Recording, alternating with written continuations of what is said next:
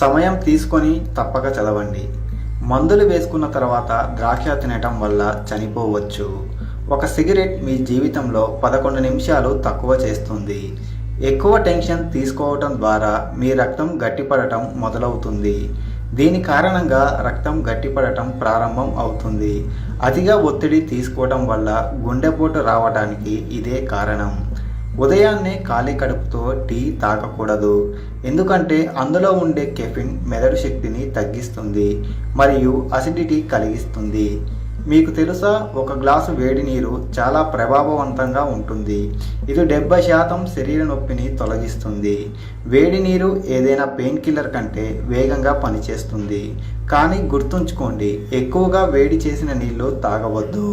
ఉదయం 11 గంటలకు ముందు నిమ్మరసం మరియు కొబ్బరి నీరు తాగితే అమృతం. ఆ తర్వాత తాగటం మానుకోండి.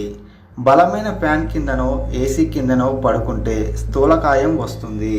పుచ్చకాయ తిన్న తర్వాత నీళ్లు తాగటం వల్ల లూజ్ మోషన్స్ వస్తుంది.